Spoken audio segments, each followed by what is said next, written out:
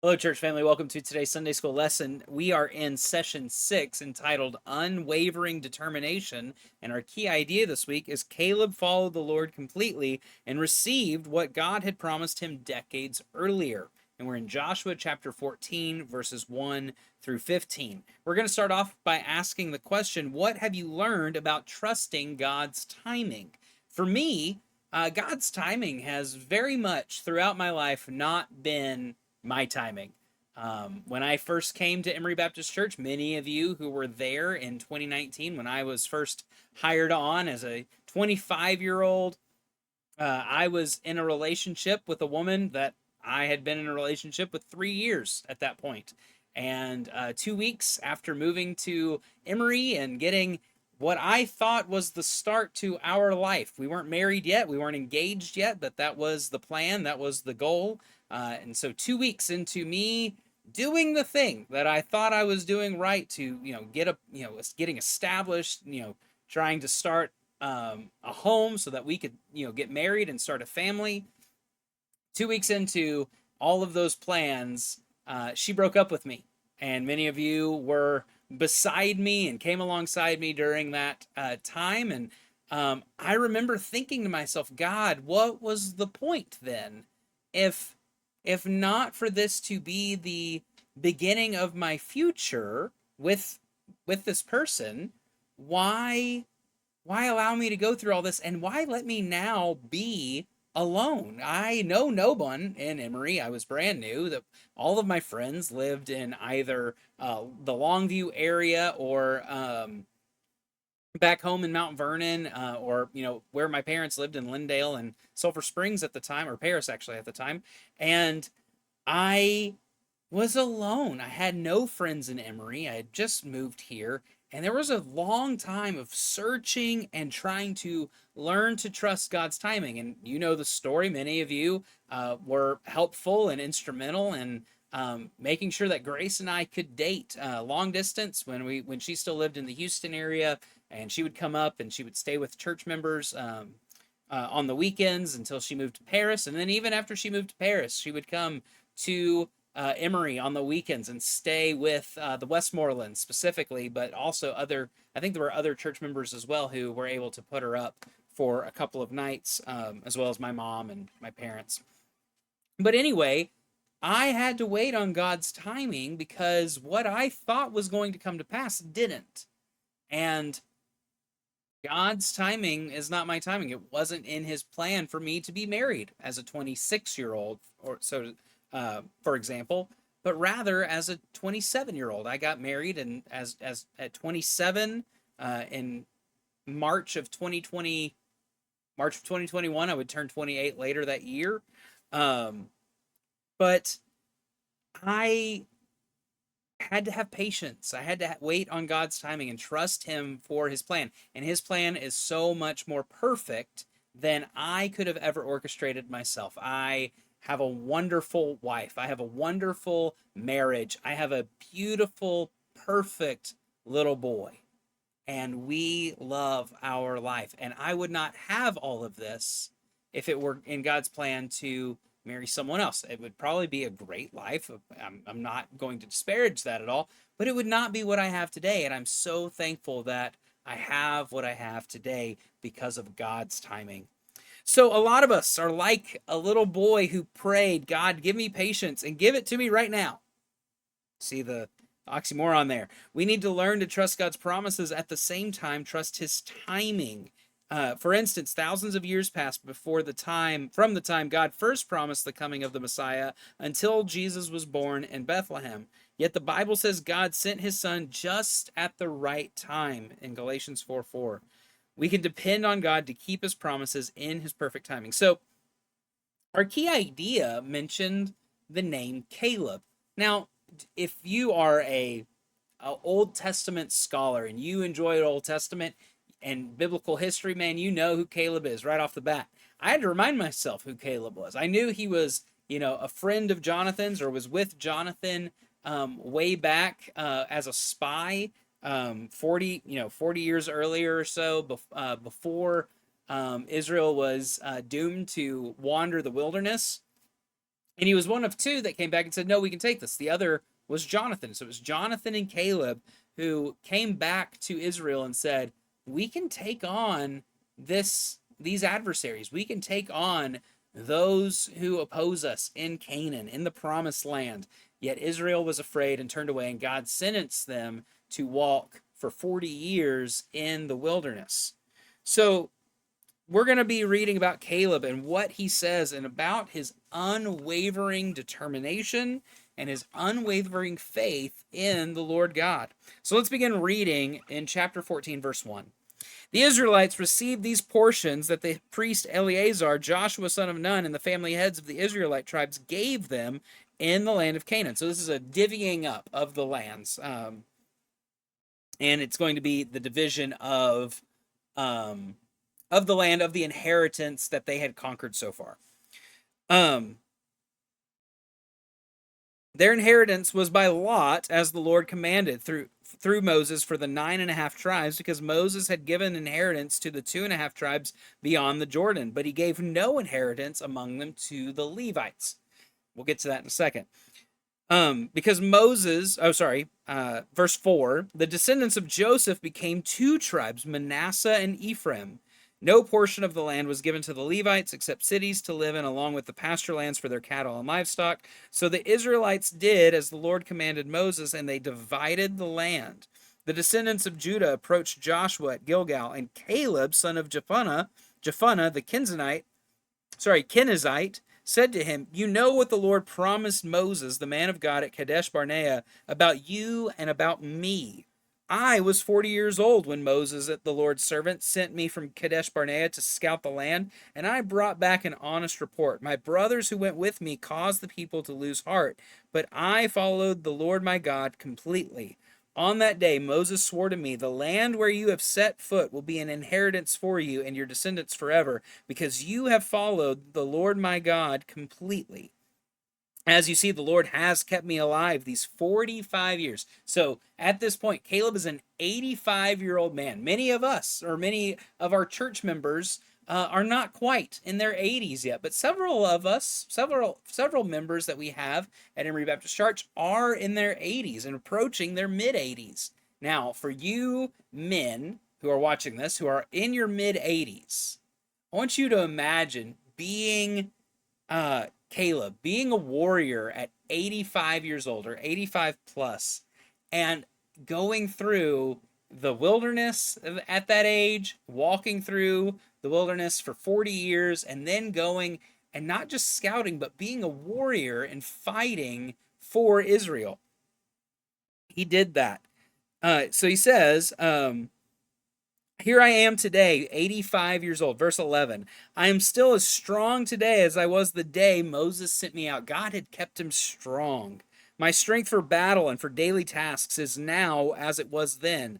Now give me this hill country the Lord promised me on that day, because you heard then that the Anakim are there, as well as the large fortified cities. Perhaps the Lord will be with me, and I will drive them out, as the Lord promised. Then Joshua blessed Caleb, son of Jephunneh, and gave him Hebron as an inheritance. Therefore Hebron still belongs to Caleb, son of Jephunneh, the Kenizzite, as inheritance today, because he followed the Lord, the God of Israel, completely. Verse 15, Hebron's name used to be Kiriath Arba. Arba was the greatest man among the Anakim. After this, the land had rest from war. So let's look at our first section, which is called obedience. This is verses 1 through 5. Let's look at this and let's see how we have daily opportunities to obey or disobey God's instructions. So verses 1 through 5, with that idea that we have opportunities to either obey or disobey. The Israelites received these portions that the priest Eleazar, who was Aaron's third son. Now remember, Aaron had 3 sons. The 2, if I remember correctly, I think this happened before they entered Canaan, but during the wilderness, Aaron's oldest 2 sons committed a heresy, committed a blasphemy, rather, against the Lord. I'm just going to look it up. Aaron's sons crime, the sin of Aaron's sons, they offered unauthorized or strange fire before the Lord. And that is from Leviticus 10,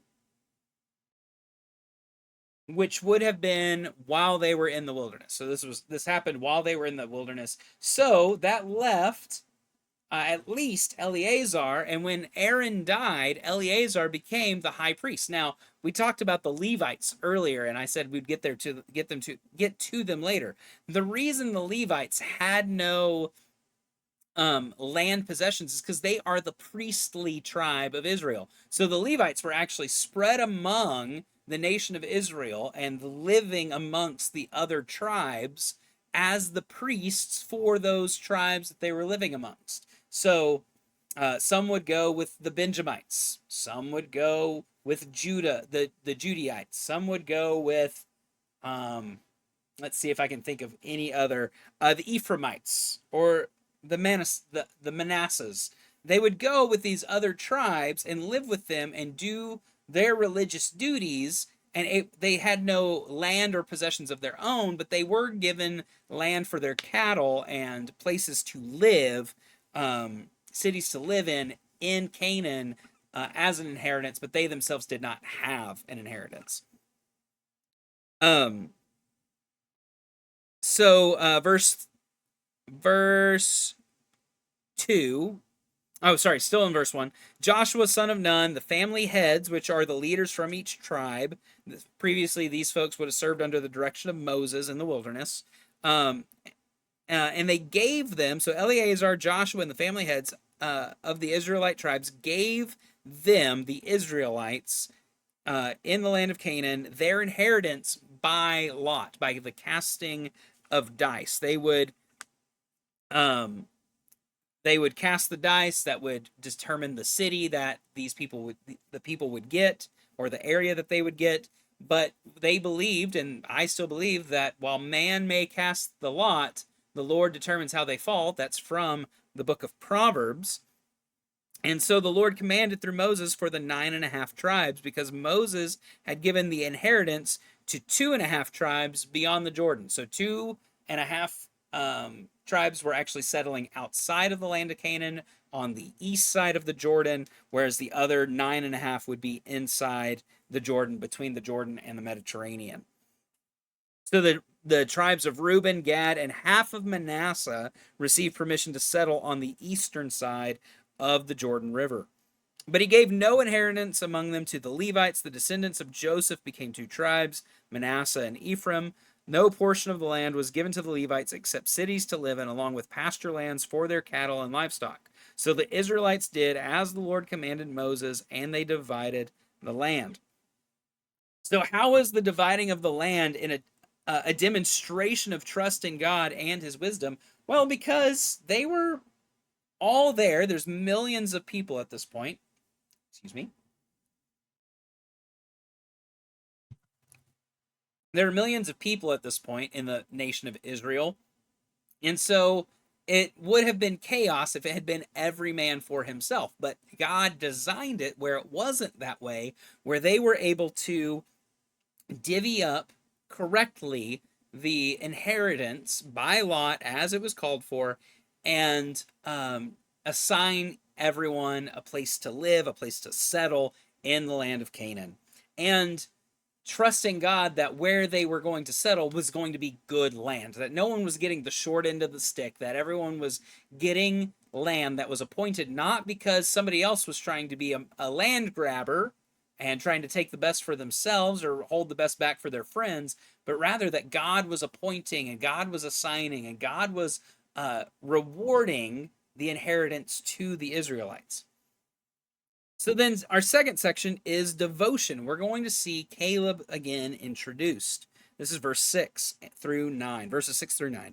The descendants of Judah approached Joshua at Gilgal, and Caleb, son of Jephunneh the Kenizzite, said to him, Kenizzite, I keep saying that wrong, Kenizzite, you know what the Lord promised Moses, the man of God at Kadesh Barnea, about you and me. Now remember, Caleb and Joshua were the 2 spies that said, actually, actually, y'all, we can actually go into Canaan, and we can take these guys. We can do what the Lord says.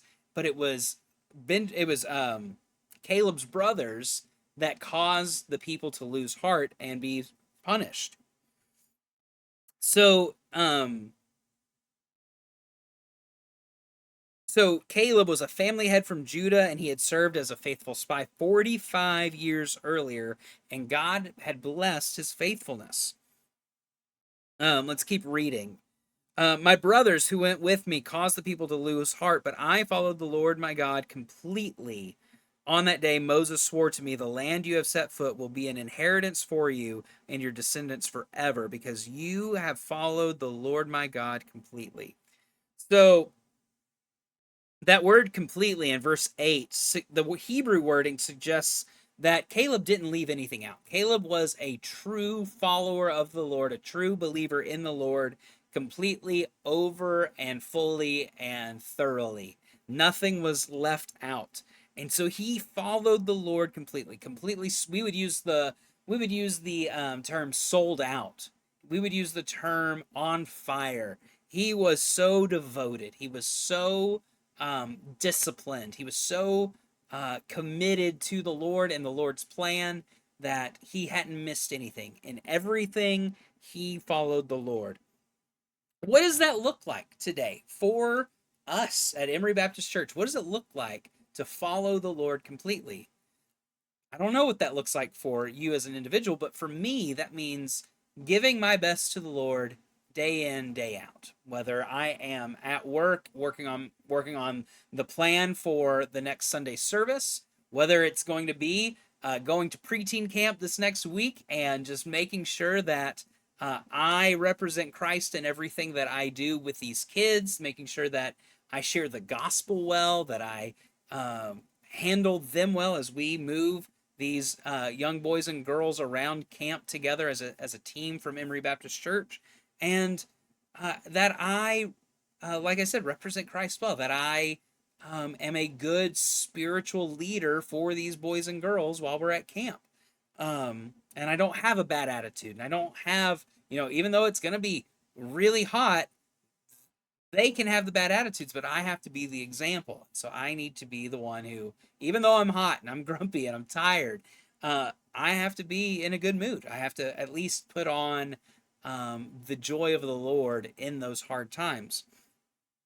And then, of course, in my daily life, making sure that I'm obedient to the Lord, that there's no unrepentant, unconfessed sin in my own life, so that I can be as holy as I can be whenever I'm leading worship at Emory Baptist Church.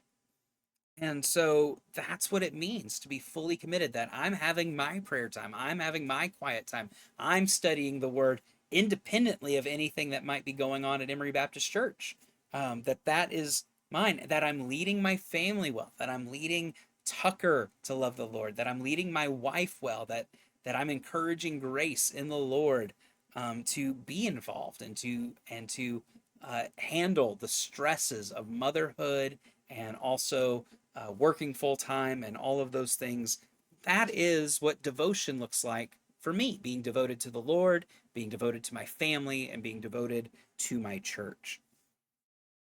So then finally, we have the inheritance. And so we see that verse 10 through 15. As you see, the Lord has kept me alive. He was an old man. He was 85, but he was as strong as he was at 40. Now, I've met some really strong 85-year-old men. I've not met an 85-year-old man, with the exception of maybe Robbie Clifton, who could beat me in an arm wrestle.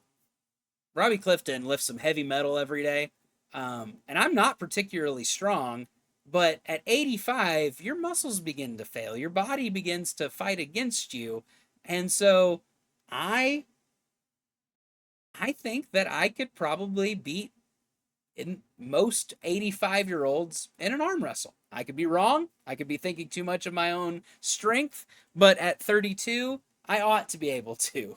At least, you know what? We'll put it this way. I know I can outrun every 85-year-old at 32, at 32 years old. I'll put it that way. But Caleb, I would not be able to beat him in an arm wrestle, in a foot race, In hand-to-hand combat in a fight, there's no way. This man was as strong as he was when he was 40 years old. Now, there are a lot of 40-year-olds that I could not beat in anything. My own father is 57, and he's got the grip strength of a silverback gorilla. I mean, he can grab and pick things up, and if I tried to arm wrestle him, he would just squeeze my hand until it broke, and then he wouldn't even have to arm wrestle me; he'd just squeeze my hand. Um, and so I know that I'm not in the best shape. I know I'm not the strongest, but I bet I could outrun most, I would say all of the 85-year-olds and up at Emory Baptist Church. And if you want to challenge me to a foot race, I'll race you to the parking lot after church, after church on Sunday morning. Um, so anyway, Caleb was an old man, and he was still as strong because God was faithful to him to keep him strong so that he could enjoy his inheritance in Canaan. Verse 11, I am still as strong today as I was the day Moses sent me out. My strength for battle and for daily tasks is now as it was then. He could work the garden, he could till the land, he could move things around on his property, he could hitch his oxen, take his wagons, all of the things he could do, as well as fight, he could do as it was back in when he was 40. Now give me this hill country the Lord promised me on that day, because you heard that when the Anakim, now who are the Anakim? They were a tribe of fierce warriors, possibly giants. They had frightened Israel's earlier generation, but Caleb was not afraid of them. Um, the Anakim used to live there, as well as the large fortified cities. Perhaps the Lord will be with me, and I will drive them out, as the Lord promised. Then Joshua blessed Caleb the son of Jephunneh and gave him Hebron as an inheritance. Therefore Hebron still belongs to Caleb son of Jephunneh the Kenizzite as an inheritance today, because he followed the Lord, the God of Israel, completely. Hebron's name used to be Kiriath Arba. Arba was the greatest man among the Anakim. After this, the land had rest from war. So what was significant about what Caleb asked of Joshua? He reminded Joshua of God's promise, because man is fallible, but Caleb, in his determination and in his faithfulness, he didn't forget the commitment he made to the Lord. He also didn't forget the commitment that the Lord had made to him. And so he rightly asked for his inheritance that the Lord had promised him, and it's not wrong to ask what has been promised of you, and to make sure that promise is known. It's not selfish. It's not wrong. It was set apart for Caleb, and Joshua would grant that request to say, "Hey, absolutely, man, you were promised this by the Lord. Thank you for reminding me of that." He wasn't chastising Joshua. He was just coming to Joshua as the leader of the people and respectfully asking for that land, because the Lord did promise it. Notice he didn't take it upon himself to just go and settle there. He respected the way things were done. He respected Joshua's authority as the leader of Israel. And he asked and reminded Joshua of that promise. And Joshua, also having a promise from the Lord because of his faithfulness, he also paid that faithfulness in kind. Now, I believe, and I could be wrong, if Aaron was a Levite, and Aaron is the brother of Moses, then Moses was a Levite, and he didn't have a promise. But I don't know. I know that Joshua was the son of Nun, but I don't know which tribe he came from.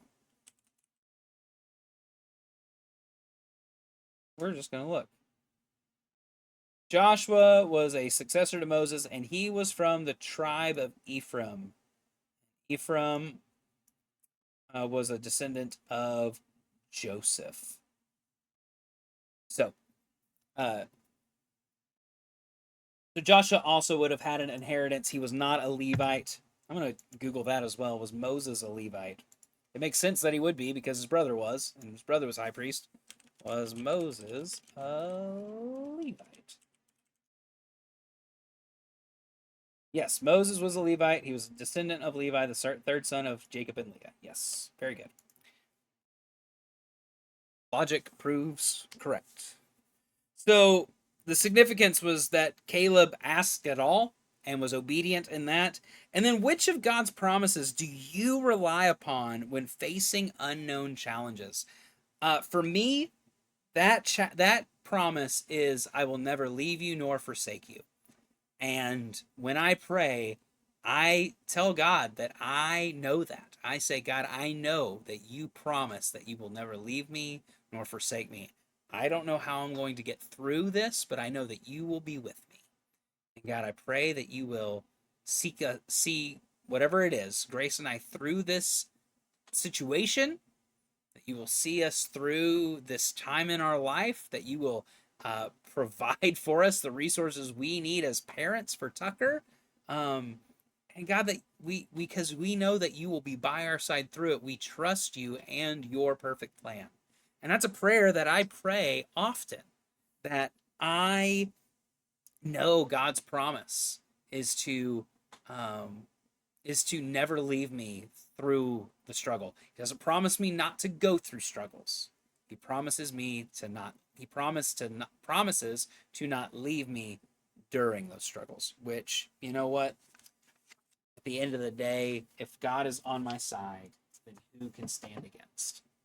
So that is our lesson for today. I hope it has been encouraging to you for your own unwavering determination that you will be faithful and committed to the Lord in your devotion to him in everything that you do. So thank you for being with me today. I look forward to worshiping with you very soon. Bye-bye.